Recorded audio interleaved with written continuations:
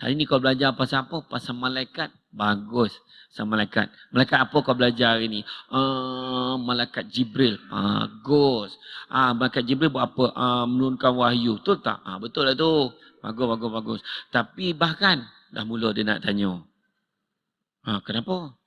Kan lepas Quran, lepas Nabi kita, Nabi Muhammad dah tak ada wahyu lagi kan? Betul lah tu. Habis sekarang Jibril buat apa?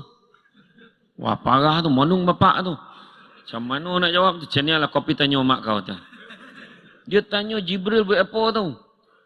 Tak monong abah. Mak pula terdengar. Berlari pergi basuh pinggan. Berbek basuh pinggan.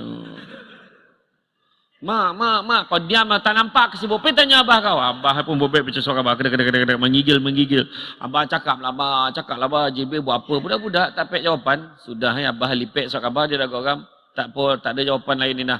Itulah jawapan yang dia boleh bagi. Dia letak suara abah. Jibril dengan abah kau sama makan pencen, faham lah. Dah lah kau tak tahu. Kau jawablah wallahu a'lam bishawab. Allah Ta'ala je yang maha mengetahui.